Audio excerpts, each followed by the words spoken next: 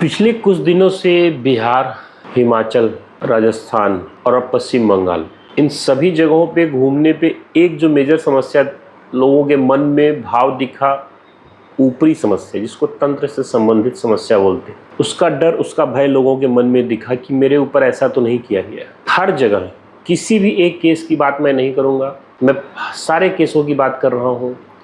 प्रत्येक केस में एक ही चीज़ कॉमन मिली, वो थी वहाँ की अग्निकोण का डिस्टर्ब होना।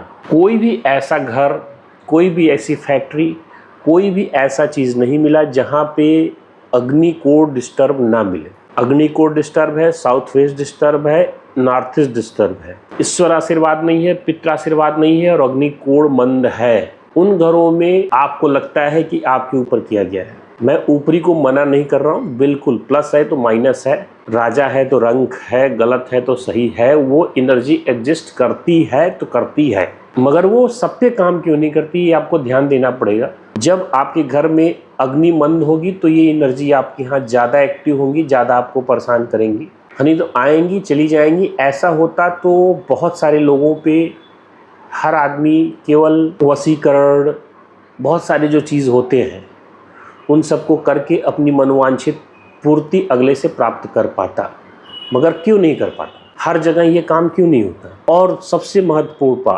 पार्ट ये उन पे ज़्यादा इफेक्टिव होते हैं जो तमस प्रकृति के होते हैं, जिनका खान पान रहन सहन सब कुछ तामसिक होता है। अगर आप पूर्ण रूप से सात्विक हैं तो कोई बाल बाका नहीं कर सकता।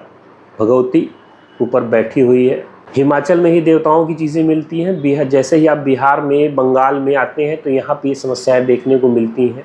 उनके मन में एक भय होता है, एक डर होता है, वो गलत नहीं होते हैं, चीज़ें एग्जिस्ट करती हैं। बट उसके पीछे अगर वास्तु को हम रिलेट करें कि वास्तु में क्या कारण होता है, तो वास्तु में वहाँ पे सविता डिस्टर्ब होती है, अग्नि डिस्टर्ब होती है।